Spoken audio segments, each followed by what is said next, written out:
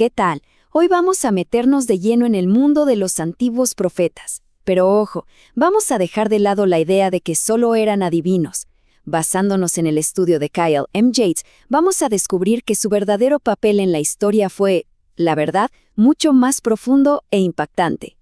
Entonces, aquí está la gran pregunta. ¿Eran simplemente gente que predecía el futuro? Esa es la imagen que casi siempre tenemos, ¿no? Pero cuando uno se pone a revisar la fuente, se encuentra con un rol mucho más complejo, mucho más valiente y sobre todo súper relevante para su propia época. Bueno, para arrancar, primero hay que entender bien qué era exactamente un profeta. Comprender esto es la base para todo lo que sigue. Y aquí está la clave de todo. Su principal trabajo no era adivinar el futuro, aunque a veces lo hacían. No, su verdadera misión era entregarle un mensaje divino a su propia gente, a su generación. Y ese mensaje, muy a menudo, venía cargado con una crítica durísima a la injusticia social que veían por todos lados. Y fíjense qué interesante la cantidad de sombreros que usaban. No eran para nada figuras pasivas. Eran predicadores, sí, pero también críticos sociales, que no tenían ningún miedo de enfrentarse a las estructuras de poder, fueran reyes, sacerdotes, lo que fuera. De hecho, la fuente llega a describirlos como perturbadores peligrosos. ¿Por qué? Porque su mensaje buscaba sacudir la conciencia, incomodar. Y que no se piense que esto fue algo de un par de años, para nada. Como se ve en esta línea de tiempo, los profetas cubrieron un periodo histórico gigantesco, desde Moisés hasta Jeremías y más allá. Fue una tradición constante en el antiguo Israel, una voz que no dejó de resonar durante siglos. Ahora pasemos a un punto fascinante que el texto resalta, esa tensión constante entre el profeta y el sacerdote. Eran, digamos, dos maneras muy distintas de entender la fe. Esta tabla lo resume súper bien. A ver, para el sacerdote, el foco estaba en el ritual, en la ceremonia, en hacer las cosas de la forma correcta. Pero para el profeta, lo importante era la vida, la conducta, la moralidad. Para ellos, cómo se trataba al prójimo era muchísimo más importante que cualquier ceremonia. Y claro, esto generaba un choque constante. Y este conflicto resuena, y mucho, en el Nuevo Testamento. La fuente señala algo clave, que la gente de su tiempo veía a Jesús como un profeta, no como un sacerdote. Su insistencia en un cambio de vida, en la bondad, en una religión que nace del corazón, todo eso encaja perfectamente con la tradición profética, que siempre puso la acción justa por encima del ritual vacío.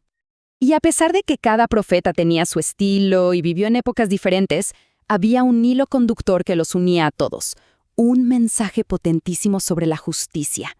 Ese era su gran tema. Escuchen esta frase del profeta Amos, porque de verdad captura la esencia de todo. No es una sugerencia amable, ¿eh? Es una exigencia, una demanda rotunda de justicia social. Una justicia que no puede ser un goteo, sino un torrente que arrase con todo. En la misma línea, Oseas lo deja clarísimo, es el rechazo total a los rituales religiosos que no tienen detrás una moralidad real. Para los profetas, hacer sacrificios mientras se ignoraba la compasión y la justicia era básicamente un insulto a Dios, no un acto de fe.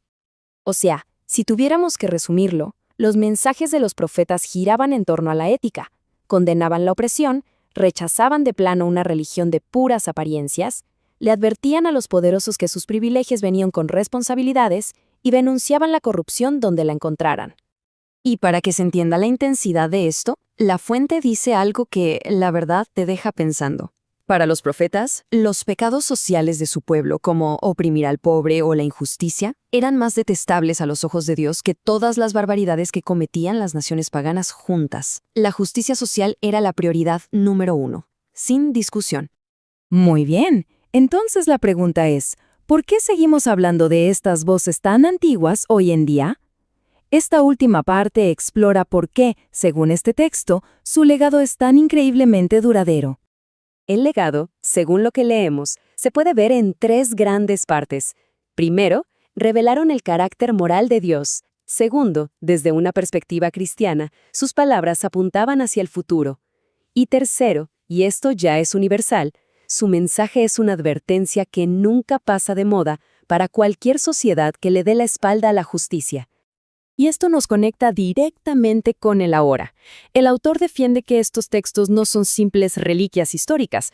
Los principios divinos que ellos anunciaron siguen siendo igual de válidos hoy, en cualquier lugar donde existan situaciones parecidas de injusticia, de corrupción o de desigualdad.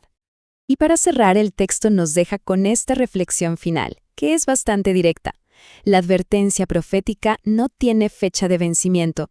Es un llamado a mirarnos al espejo, sugiriendo que las consecuencias de la injusticia social son tan inevitables hoy como lo fueron hace miles de años.